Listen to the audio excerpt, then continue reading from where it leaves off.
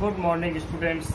आज हम लोग डिस्कस करते हैं न्यूमेरिकल प्रॉब्लम्स। चैप्टर नंबर 1 के कुछ न्यूमेरिकल प्रॉब्लम्स देखते हैं। सारे न्यूमेरिकल प्रॉब्लम्स तो उसके जो एनसीईआरटी में दिए गए हैं इतने अच्छे नहीं है कि सभी लगाए जाएं, लेकिन कुछ जो बहुत बढ़िया है ढंग के लगाने लायक। पहला क्वेश्चन है question number 1.8 eighth problem of chapter number 1। बात करते हैं, इसमें दिया गया है, मैंने पूरा नहीं लिखा है एज गिवन इन बुक, लेकिन वो समराइज्ड मैंने लिख दिया है कि क्या है क्वेश्चन। देखो, दो चार्ज है, ए जिसकी चार्ज है +3 माइक्रोकूलम, बी जिसका चार्ज है -3 microcoulomb, are located 20 centimetre apart in vacuum. अब आपको पता करना है electric field at mid point O of A B. Mid point पर आपको इलेक्ट्रिक फील्ड पता करना है। दूसरा चीज, if Q equal to -1.5 into 10⁻−19 coulomb is placed at centre, then find force experience by Q। तो पहले पार्ट पर हम लोग चलते हैं। देखो, सबसे पहली बात करते हैं हम लोग इसका फर्स्ट पार्ट सॉल्व करते हैं, सोल्यूशन पार्ट। अब यहाँ सबसे पहले एक फिगर से हम समझाने की कोशिश करते हैं what the actual problem is and what you have to find. First देखो, दोनों चार्जेज हम यहाँ बना देते हैं। एक चार्ज हमने ये A ले लिया, दूसरा चार्ज B ले लिया। दोनों के बीच की डिस्टेंस 20 सेंटीमीटर, मतलब यह इतनी डिस्टेंस 10 सेंटीमीटर और यह भी 10 सेंटीमीटर। ये डिस्टेंस हो गई। दोनों की वैल्यू ये दिया ही है +3 माइक्रोकूलम और ये दिया है -3 माइक्रोकूलम। अगली बात करते हैं कि हमको इसके मिड पॉइंट O पर इलेक्ट्रिक फील्ड चाहिए। तो यहाँ इलेक्ट्रिक फील्ड कैलकुलेट करने का क्या मतलब यह हो गया कि यहाँ पर +1 कूलम का चार्ज रखा गया है और उस पर लगने वाला फोर्स आपको पता करना है। फिर से समझो, किसी भी जगह पर इलेक्ट्रिक फील्ड निकालने का मतलब कि उस जगह पर +1 कूलम का चार्ज रख दिया जाए, उस पर लगने वाला फोर्स आपको पता करना होता है। तो वो वैल्यू आती है E is equal to, formula है, अगर आपको नहीं याद है तो डायरेक्ट फार्मूला से हम लोग चलते हैं, F/Q। तो यहाँ पर 1 कूलम रखे हो तो ये वैल्यू आपकी आ जाती है, ये होता है K Q1 Q2 by R² and divided by Q। तो यहाँ पर जो हम दूसरा वाला मान लो, अगर हम इसको पहला मान लेते हैं तो, या इसको कुछ मान लो QA मान लो, तो यहाँ पर Q2 को आप मान सकते हैं, हाँ Q2 ही मान लो, कोई दिक्कत नहीं है। इसको QA मान लिया, इसको Q मान लिया, Q2 मान लिया, डिवाइडेड बाई Q2। तो Q2 1 है और या तो हम डायरेक्ट उसको नेगलेक्ट कर देते हैं या तो यहाँ से हम फार्मूला बना लेते हैं। तो क्या आएगा, KQA/R², यह वैल्यू आएगी। अगर हम डायरेक्ट इसी फार्मूले को लेते हैं, तो मैंने इसलिए बताया इनिशियल से जिसको आपको फार्मूला भी याद आ जाए। हमारे पास E का डायरेक्ट भी फार्मूला है, वो फार्मूला हम लोग लिखते हैं E is equal to KQ/R², where K is the constant can be taken as 9 into 10 to the power 9 for vacuum and 1/4 pi epsilon not for vacuum, or 1/4 pi epsilon, जो भी आपकी requirement हो, जैसा हो। ये Q की वजह से यहाँ पर Q की वैल्यू क्या है, +3 माइक्रोकूलम। तो यहाँ पर देखो, इसकी डायरेक्शन किधर होगी, हमें बस पहले इसका डायरेक्शन पता करना है कि किधर। यहाँ पॉजिटिव चार्ज रखा है तो ये इस पर किधर की ओर फोर्स लगाएगा, इस डायरेक्शन में, मतलब along O to B, O से B की ओर फोर्स लगेगा। और जब -3 की वजह से निकालेंगे तो यहाँ पॉजिटिव चार्ज है तो -3 वाला इसको अपनी ओर खींचेगा, तो ये -3 की वजह से भी इधर ही लगेगा। तो मतलब E ड्यू टू A भी इधर होगा और E ड्यू टू B भी इधर ही होगा। दोनों के दोनों इसी डायरेक्शन में होंगे, तो both will be added together. तो ये तो वैल्यू आ गई आपकी KQ/R²। अब पहले हम लोग इसकी वैल्यू को कैलकुलेट कर लेते हैं। EA हम यहाँ लिख भी देते हैं, या आप न भी लिखें तो भी आप समझ सकते हैं। Electric field due to charge A, तो वो वैल्यू आ जाएगी EA। वैल्यू कितनी आएगी, KQA डिवाइडेड बाई R²। यहाँ पर R² की भी वैल्यू में आपको देखने वाली बात है कि आर की वैल्यू जो यहाँ से है वही यहाँ से भी है 10 centimetre, both are the 10 centimetres, where r is equal to 10 centimetre is equal to 0.1 metre. और ये किधर की ओर होगा? इट विल बी along, यहीं पहले इसको ही लिख लेते हैं कि किधर की डायरेक्शन होती है इसकी, उसके बाद इसको लिखते हैं along ओ डी, और यहीं पर लिख दो where r is equal to 10 centimetre is equal to 0.1 metre. तो ये ई ए आ गया, electric field at point O due to charge A. Now similarly E B is equal to k q b divided by are square, same value आएगी, और ये value किधर हो जाएगी? ये भी हो जाएगी अलोंग ओ डी। तो रिजल्टेंट फील्ड एट ओ क्या आएगा? 10। Net electric field at O is E equal to E A plus E B. दोनों ही वैल्यू को आप कैलकुलेट कर लेंगे। E की वैल्यू आ जाएगी, देखो k q a by are square plus k q b by are square. दोनों ऐड इसलिए हो रहे हैं कि both are along the same direction, दोनों की डायरेक्शन एक ही है। ये वैल्यू आ जाएगी दोनों के दोनों अलोंग ओ बी। तो ये लिख लो E equal to K by are square common ले लें, तो ये बचेगा Q A plus Q B. ये वैल्यू आई। अब आपको वैल्यू पुटअप कर देना है। के की वैल्यू आप रखेंगे 9 into 10 to the power 9 divided by 0.1 whole square. Q A की वैल्यू रखो, क्यू ए की वैल्यू आपको दिया गया है 3 माइक्रो कूलम, तो 3 into 10 to the power -6 coulomb ये हो गया। और वही सेम वैल्यू -3 है, तो भी हमको क्या लिखना है? उसकी क्वांटिटी लिखनी है, मैग्नीट्यूड लिखना है विदाउट एनी डायरेक्शन। तो +3 इंटू 10 टू द पावर -6, ये इतने न्यूटन का आपको इतना न्यूटन पर कूलम का हमको इलेक्ट्रिक फील्ड मिलेगा। जब आप इसको सॉल्व करेंगे तो you will find 5.4 into 10 to the power 6 into 10 to the power 6। ये 3 + 3 हो जाएगा 6, और 9 6 जा 54 डिवाइडेड बाई ये हो जाएगा तो 5.4, और ये 10 पावर -6 10 पावर -6 कॉमन ले लेंगे तो 10 पावर बचेगा आपके पास यहाँ से 6 newton per coulomb. This is the answer of first part of your question. Now move to the second part. इसके सेकेंड पार्ट पर चलते हैं। सेकेंड पार्ट में आपसे पूछा जा रहा है कि इसी मिड पॉइंट पर, देखो यहाँ फिगर फिर से मैं बना दे रहा हूँ, ए यहाँ है, बी यहाँ है, ये पॉजिटिव है, ये निगेटिव है।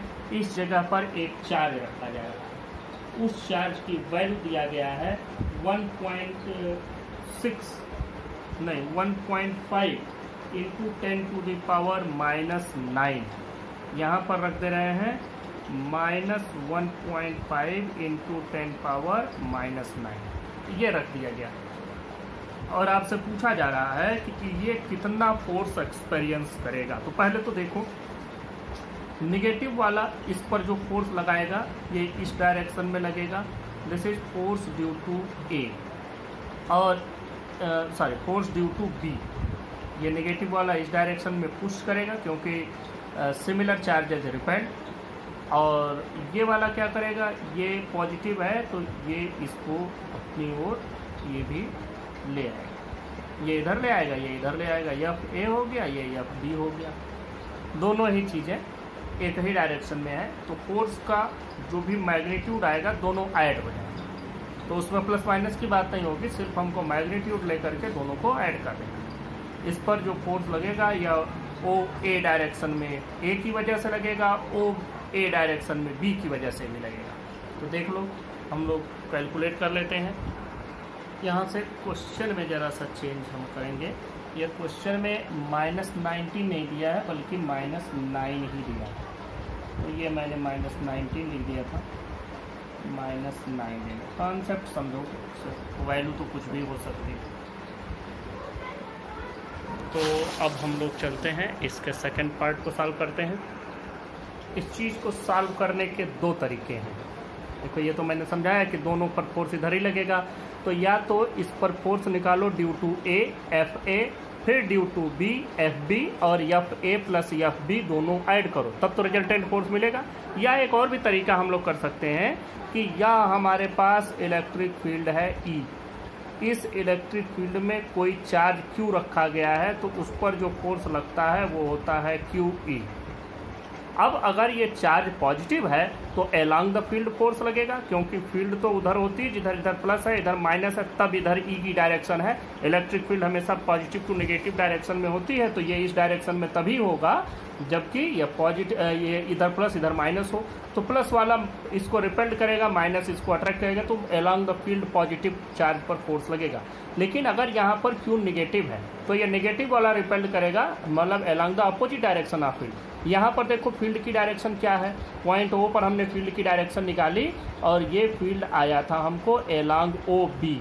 अभी हमने यहाँ पर कैलकुलेट किया है ये वाला, ये अलोंग ओ बी हमको मिला था, अलोंग ओ बी। दोनों पर ही ओ बी मिला था, तो हमको अलोंग ओ बी मिला। तो यहाँ पर हम लोग ये डायरेक्ट फील्ड से ही फोर्स को कैलकुलेट कर सकते हैं। तो देखो, force on Q equal to 1.5 minus 1.5 into 10 to the power -9 is F is equal to QE, F is equal to QE, और इसकी value along opposite to the field, along opposite to the field, और हम ये भी लिख सकते हैं along ओ ए, ओ से ए डायरेक्शन की ओर डायरेक्टेड। तो एफ की वैल्यू कितनी आएगी, देखो अब यहाँ पर हम माइनस नहीं लिखेंगे, direct 1.5 into 10 to the power -9। जब डायरेक्शन आप लिखते हैं तो यहाँ प्लस माइनस की जरूरत नहीं है, जब डायरेक्शन आप नहीं लिखता तो पॉजिटिव निगेटिव लिखो। इंटू ई की वैल्यू अभी हमने कैलकुलेट किया 5.4 इंटू 10 टू द पावर 6, और ये पूरी वैल्यू आपको मिलेगी 8.1 into 10 to the power -3 newton. This is the force on this charge. इसकी डायरेक्शन भी लिख दो, अलोंग ओ ए, ओ से ए की ओर, या आप ये भी लिख सकते हैं along opposite to the field E. This is the complete solution of question number 1.8। Next question देखते हैं 1.10, 10th question. an electric dipole with dipole moment 4 into 10 power -9 coulomb meter is aligned at 30 degree with the direction of electric field E equal to 5 into 10 to the power 4 Newton per coulomb. Find torque on dipole। अब torque की value calculate करनी है, तो torque का formula हमारे पास है, torque का formula P E sine theta. Value calculate कर लो, पी की वैल्यू रख दो 4 इंटू 10 पावर -9 इंटू ई की वैल्यू रख दो 5 इंटू 10 टू द पावर 4, और साइन 30 डिग्री, साइन 30 डिग्री की वैल्यू होती है 1/2। जब आप इसको सॉल्व करेंगे तो you will find 10 to the power -4 newton metre. A very easy question. Now we move to the next question. Next question की बात करते हैं 1.15, 15th question. Let an electric field E equal to 3 into 10 to the power 3 I cap newton per coulomb. I cap का मतलब it is along the x axis, x axis के along जो unit vector होता है उसको हम लोग आई cap से रिप्रेजेंट करते हैं। इसका मतलब this field is directed towards x axis. What is the flux of this field through a square of 10 centimeter on a side whose plane is parallel to YZ plane। अब इसकी बात करते हैं YZ प्लेन कैसा होगा और फिर उसमें जो हमको फ्लक्स की वैल्यू मिलेगी वह कितना होगा। अब यहाँ से इस क्वेश्चन को जब आप देखेंगे तो इसमें देखो XYZ प्लेन में बना देता हूँ, इसका सलूशन लिखेंगे। देखो ये XYZ प्लेन, ये जानते हो X होता है, ये Y होता है, और Z प्लेन हम इधर बनाते हैं, Z एक्सिस इधर बनाते हैं, मतलब Z इस पर ऐसे है just normal to the X and Y axis both, but this normal is represented through its shadow along Z axis. अब देखो E तो तुम्हारा इधर हो गया, और दूसरी बात कि जब आप YZ प्लेन की बात करते हैं तो अब ये स्क्वायर शेप में नहीं है लेकिन है उसी के जैसा शेप, तो ये YZ प्लेन में आया अपवर्ड, और इधर तो ये इधर की ओर आया ऊपर की ओर, तो जो इसका एरिया वेक्टर होगा वो किधर होगा, वो देखो एरिया वेक्टर हमेशा इस पर ठीक परपेंडिकुलर होता है, तो एरिया वेक्टर होगा X एक्सिस के एलॉन्ग। ये जो भी एरिया बनेगी इसकी उसका एरिया वेक्टर किधर होगा X एक्सिस के एलॉन्ग। तो हम लोग फ्लक्स का फार्मूला जानते हैं, flux is equal to E D S या ई डॉट डेल्टा एस या E into delta S into cos theta, ये हम लोग लिखते हैं। तो पहले हम लोग लिखते हैं delta S is equal to कितना होगा, देखो 10 सेंटीमीटर दिया गया है इसका साइड, तो 10 सेंटीमीटर का मतलब 0.1 metre into 0.1 metre equal to 0.01 metre, ये हो गया। और अगर इसी डेल्टा एस का एरिया वेक्टर लिखेंगे तो 0.01 आई कैप मीटर स्क्वायर, ये मीटर स्क्वायर होगा, metre into metre, metre square होगा एरिया। तो ये इसका एरिया वेक्टर का डायरेक्शन, यहाँ पर देखो एरिया वेक्टर लिखा है, यहाँ सिर्फ हमने एरिया कैलकुलेट की है, यहाँ इसके डायरेक्शन को रिप्रेजेंट कर दिया। ई की डायरेक्शन ऑलरेडी आपको दी गई है कि E is equal to 3 into 10⁻³ I cap. अब आपको फ्लक्स पता करना है तो इलेक्ट्रिक फ्लक्स की वैल्यू होती है ई डॉट डेल्टा एस। ई डॉट डेल्टा एस का मतलब आप लोग खुद ही समझ रहे होंगे, आराम से आप कर सकते हैं। अब ई की वैल्यू रख दो 3 इंटू 10⁻³ इंटू 0.01 आई कैप भी लिख दो और अच्छा रहेगा, आई कैप डॉट 0.01 आई कैप। अब आई कैप से आई कैप डॉट आई कैप 1 होता है, ये भी आपको मालूम होगा। या आप ऐसे भी लिख सकते हैं कि यहाँ ऐसे भी इसको लिख सकते हैं I dot I equal to 0.1। तो हम लोग इसी चीज़ को जब हम इसको कैलकुलेट करेंगे तो हमको ये मिल जाएगा 30 Newton metre square per coulomb. ये फ्लक्स का जो आपका यूनिट होता है, यूनिट ऐसे बना सकते हैं, ये न्यूटन पर कूलम हो गया, ये मीटर स्क्वायर, तो Newton metre square per coulomb. या इसी सेम चीज को, इसी रिजल्ट को आप ऐसे भी लिख सकते हैं ई डेल्टा एस कॉस थीटा। तो दोनों तो आई कैप की डायरेक्शन हो गई, तो मतलब इनके बीच का एंगल 0 डिग्री, तो ये हो गया 3 इंटू 10⁻³ इंटू डेल्टा की वैल्यू 0.01 और इसको लोगे तब भी आ जाएगा 30 Newton metre square per coulomb. यह वैल्यू आपको मिल गई। तो इस तरीके से ये फर्स्ट इसका पार्ट सॉल्व हुआ, this is the first part of solution. Now we will move to the second part of the solution. Second part of the solution, what is flux through the same square if normal to its plane makes a 60 degree angle with x axis। अब देखो सीधा सीधा तुमको मिल गया कि जो इसका normal है, मतलब कि यह जो फील्ड जो इसमें स्क्वायर रखा गया है, इसका स्क्वायर पर नॉर्मल मतलब एरिया वेक्टर की एंगल कितनी बन रही है 60 डिग्री। तो just theta is equal to 60 degree और पाई की वैल्यू कैलकुलेट कर लो, phi e equal to e delta s cos theta.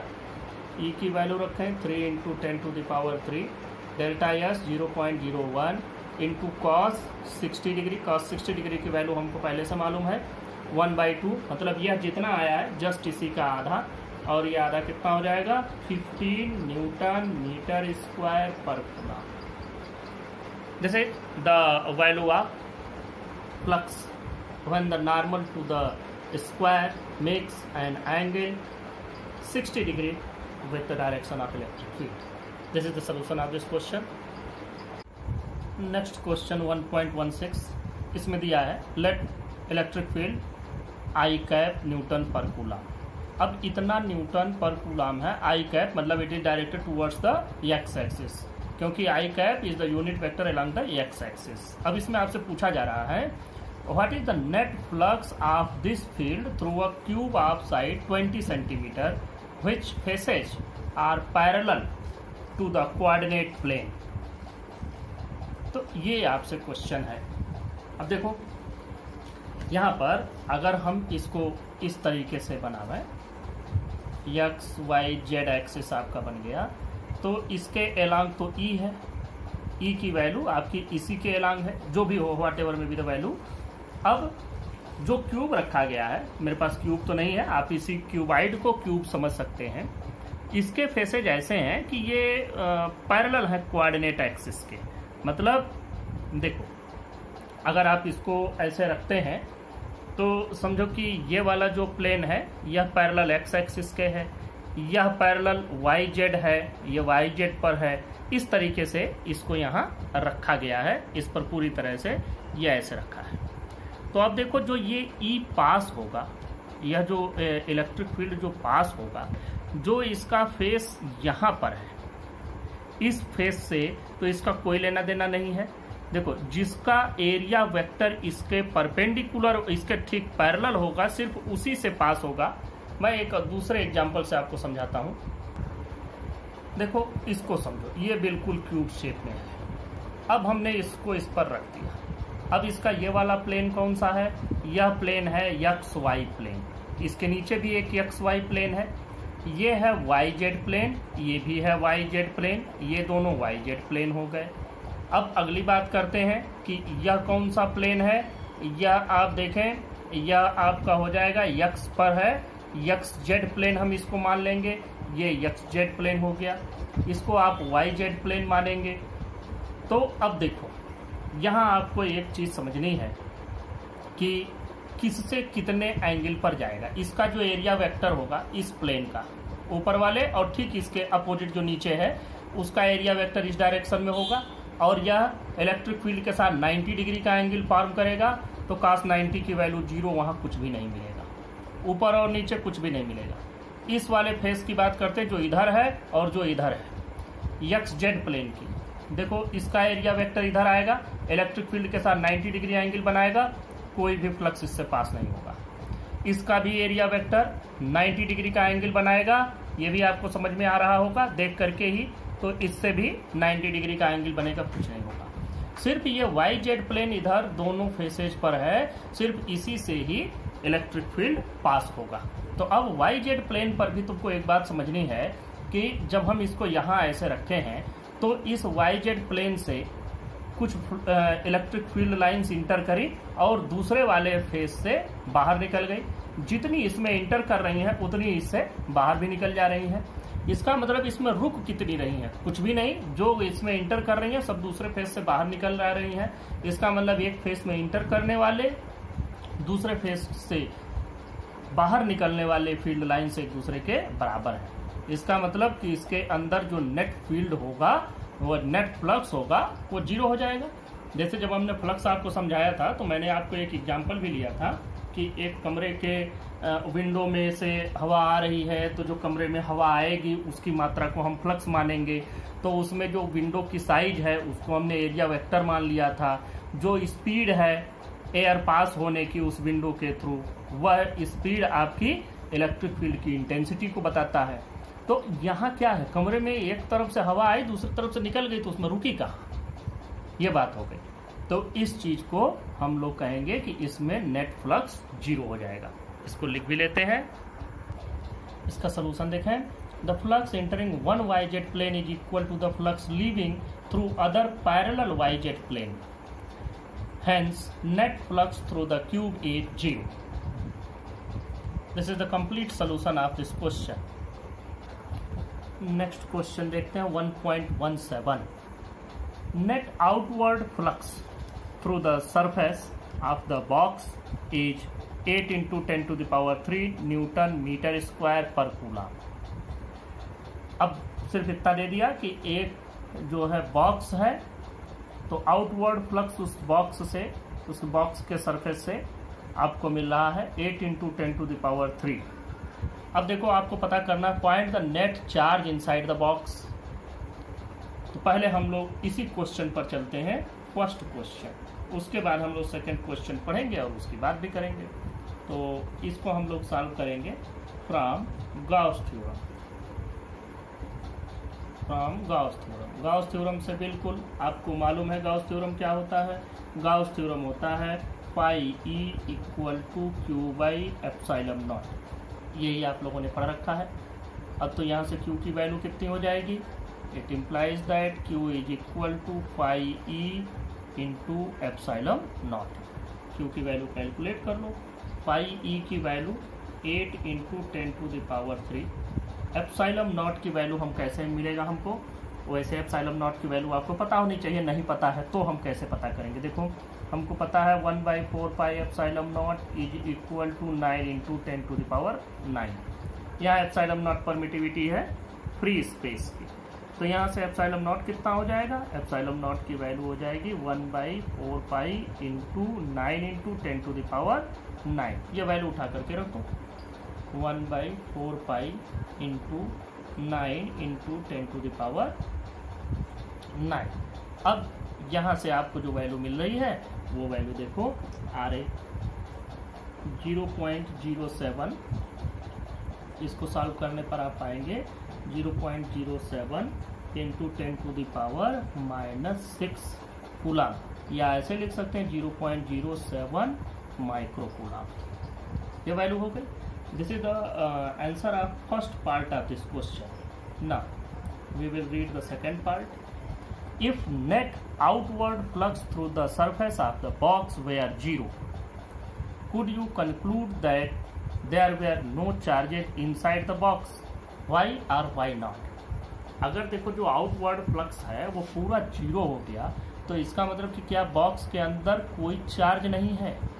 इसका जवाब होगा कि हम यह नहीं कह सकते कि बॉक्स के अंदर कोई चार्ज नहीं हो सकता है, बॉक्स के अंदर चार्ज हो, लेकिन नेट चार्ज 0 है। जैसे ये हो सकता है कि इस बॉक्स के अंदर +2 कूलम का चार्ज हो और एक -2 कूलम का चार्ज हो, तो आप ये थोड़ी कह सकते कि इसमें चार्ज ही नहीं है, दो चार्जेज हैं, लेकिन नेट चार्ज क्या हो गया, +2 -2 मिलकर के 0 हो गए। तो यहाँ पर इसका आंसर यही होगा, we can't conclude that there are no charges inside the box, but we can say that the net charge inside the box is 0. इसको भी लिख लेते हैं। Second part of the answer, no, we cannot say that there are no charges at all inside the box, but we can say that net charge inside the box is 0. This is the complete answer of this question. Question 1.18.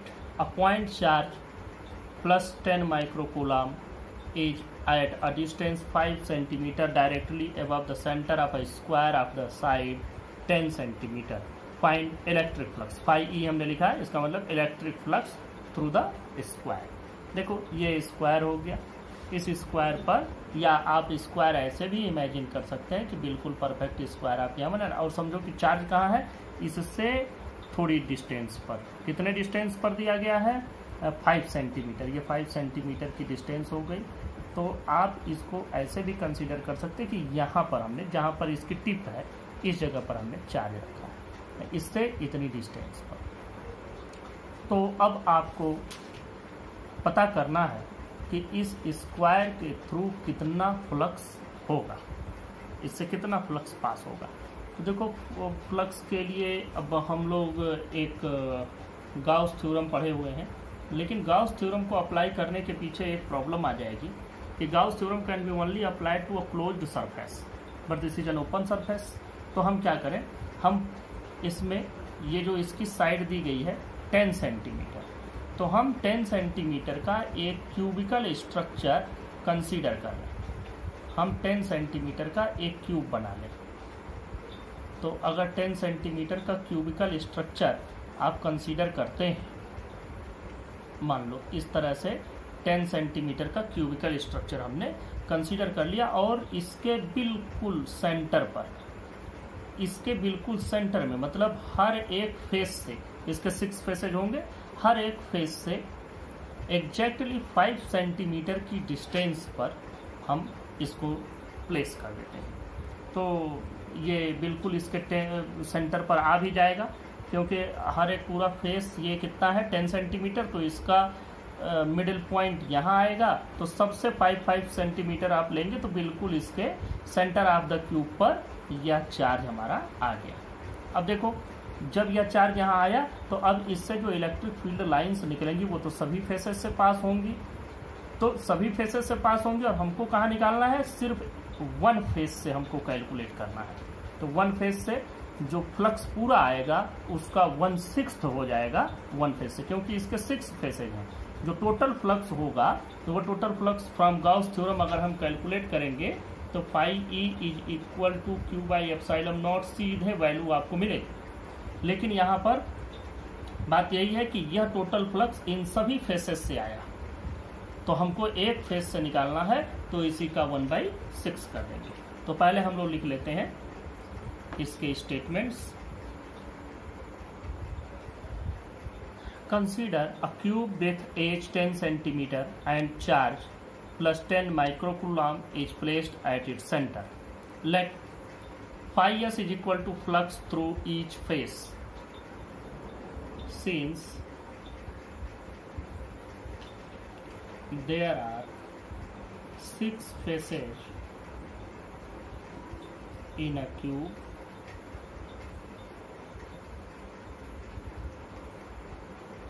hence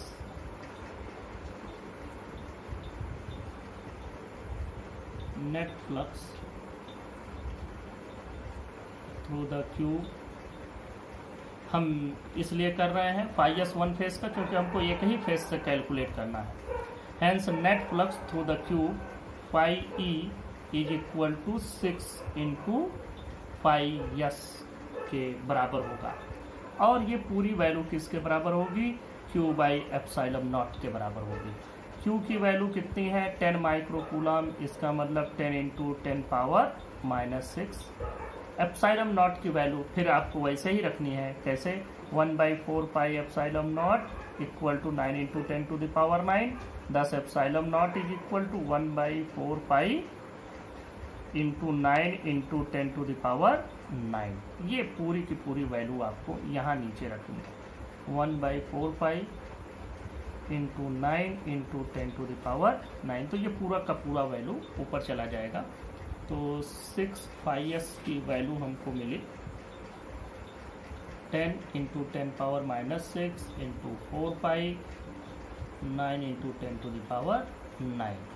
अब जब आप इसको calculate करेंगे,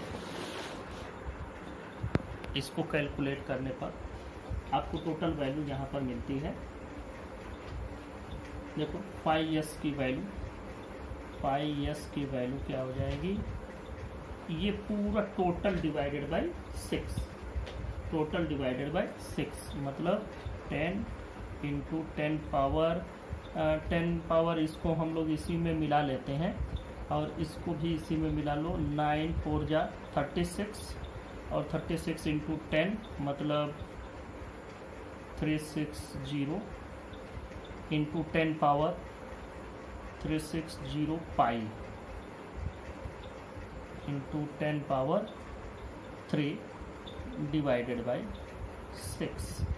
तो यहाँ से आपको पूरी जो वैल्यू मिलती है वो वैल्यू मिल जाती है 1.88 into 10 to the power 5 newton metre square per coulomb. This is the answer. ये सोल्यूशन आपको अपने से करना होगा। 6 से इसको डिवाइड कर दोगे तो 30 टाइम्स में ये डिवाइड हो जाएगा। 30 इंटू पाई करोगे तो ये 1.44 इसकी वैल्यू रख दोगे तो ये वैल्यू आपको मिल जाएगी। इसमें इसके कैलकुलेशन में कोई प्रॉब्लम नहीं आएगी। अगर आप करना भी चाहते हैं तो देख भी सकते हैं कि इसको कितना आएगा। 30 पाई का मतलब 3.14 इंटू 10⁻³ तो ये जब इसको मल्टीप्लाई करोगे तो ये इतनी वैल्यू मिलेगी। This is your answer. The next question is 1.20. 1.19 question is very easy. You can easily solve it through the Gauss theorem. Now, a point charge causes electric flux minus 1.0 into 10⁻³ Newton meter square per coulomb to pass through a spherical Gaussian surface of 10 centimeter radius centered on the charge. मतलब उस sphere के ये 10 centimetre radius का एक sphere है, उसके centre पर charge रखा गया है जिससे उस स्फेरिकल सरफेस से पास होने वाला इलेक्ट्रिक फ्लक्स इतना है। अब आपसे क्या पूछा जा रहा है, if radius of the spherical Gaussian surface were double then how much flux would pass through the surface. तो देखो इसका पहले का आंसर देखो, फ्रॉम गाउस थ्योरम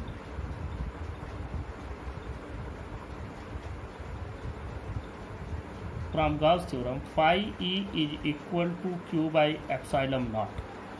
ये सरफेस और सरफेस की एरिया इन सब चीज़ों से इंडिपेंडेंट है। यहाँ पर आपको चार्ज चाहिए डिवाइडेड बाई तो net charge enclosed with in the closed surface divided by epsilon naught. तो यहाँ पर उसका शेप क्या है, इससे कोई लेना देना नहीं है। साइज डबल हो गई तो भी फ्लक्स इतना ही मिलेगा, मतलब it is independent of area, therefore the flux would be same. First का तो आंसर मिल गया। From Gauss theorem phi E equal to Q by epsilon naught which is independent of area, thus flux would remain same in both the cases. Both the cases means जब उसका radius 10 centimetre था और जब radius double कर दोगे 20 centimetre तब भी ये इतना ही रहेगा। अब इसके दूसरे क्वेश्चन पर चलते हैं। दूसरा क्वेश्चन आप लोग देखें, what is the value of point charge. इसको भी हम लोग this is first answer. Now second answer इसको भी आप गाउस थ्योरम से ही निकाल लेंगे। कैसे, फ्रॉम गाउस थ्योरम यही है, phi E equal to Q by epsilon naught. तो Q की वैल्यू क्या हो जाएगी, phi E into epsilon naught. Phi E की वैल्यू रख दो, फाई ई की वैल्यू -1.0 इंटू 10⁻³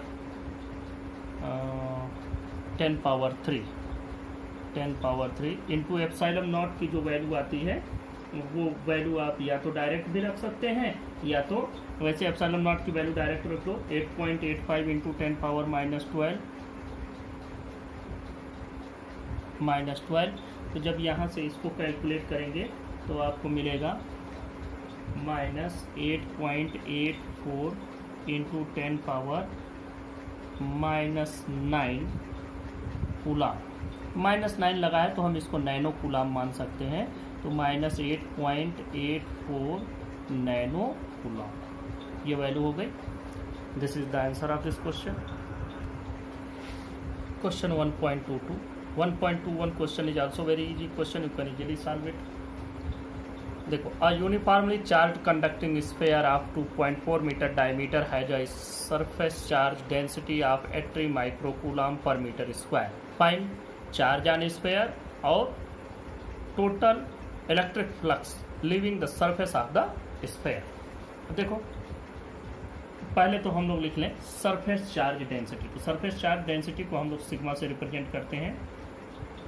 ये दिया गया है 80 माइक्रोकूलम पर मीटर स्क्वायर, मतलब 80 into 10⁻⁻6 coulomb per metre square. दूसरी बात, रेडियस आपको दिया गया है, radius r is equal to 2.4/2 मतलब 1.2 मीटर। दोनों चीज़ें आपको पता चल गई। अब आपको चार्ज चाहिए, तो चार्ज ऑन स्फेयर। तो पहला क्वेश्चन हम लोग सॉल्व करते हैं। Q इज इक्वल टू, देखो सरफेस चार्ज डेंसिटी जब दी जाती है तो पहले सरफेस चार्ज डेंसिटी का फार्मूला लिखो। ये क्या होता है, Q divided by total surface area. तो स्फेयर का सरफेस एरिया हो जाएगा 4πr²। यहाँ से आपको क्या मिलेगा, Q इज इक्वल टू मिल जाएगा 4πr² इंटू सिग्मा। सभी की वैल्यू आप पुटअप कर दें। 4 इंटू 3.14 इंटू आर स्क्वायर की वैल्यू 1.2 इंटू 1.2 और सिग्मा की वैल्यू आपको दिया ही है 80 into 10 to the power -6। Now this is your job to solve it. वैसे मैं इसकी पूरी वैल्यू लिख देता हूँ। इसकी पूरी वैल्यू आ जाएगी 1.45, इसके यहाँ से चार्ज की वैल्यू आ जाएगी 1.45 into 10 to the power -3 coulomb. This is the value. Now the second question, total flux leaving the surface. तो total flux leaving the surface क्या हो जाएगा, phi E equal to from Gauss theorem Q by epsilon naught. Q की value आपके पास है ही, ये Q की वैल्यू रखो, एप्सिलॉन नॉट से उसको डिवाइड कर दो। Q की वैल्यू हमको क्या मिली 1.45 into 10 power -3 divided by epsilon naught की वैल्यू 8.85 इंटू 10 पावर -12। ये वैल्यू आप रखेंगे तो यहाँ से आपको मिलेगा 1.6 into 10 to the power 8 newton metre square per coulomb. This is the answer of this question. Question 1.23, an infinite line charge produces a field of 9 into 10 to the power 4 Newton per coulomb at a distance of 2 centimeter. Find linear charge density. देखो इसमें आपको एक formula याद होना जरूरी है। अगर वो फार्मूला याद नहीं हुआ तो आप इसको सॉल्व नहीं कर पाएंगे। पहले लिख लो जो दिया है, E की वैल्यू दिया है 9 into 10 to the power 4 newton per coulomb. R की वैल्यू दिया है 2 सेंटीमीटर, मतलब 0.02 मीटर। दोनों वैल्यूज आपको मिल गए।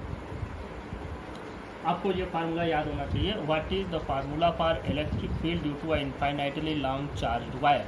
ये आप देखेंगे जब गाउस थ्योरम आपने पढ़ा था तो we have derived this formula in the one of the application of Gauss theorem. वो ऐसे डिराइव किया था कि इनफाइनाइटली लॉन्ग चार्ज वायर ले लिया, इसके चारों ओर सिलेंडर शेप का हमने गाउसियन सरफेस बना दिया, फिर इस पर फील्ड ऐसे करके हमने कैलकुलेट किया था। तो वो फार्मूला आपको याद होना चाहिए। तो वह फार्मूला क्या है, E is equal to lambda divided by 2 pi epsilon naught R। This is the formula.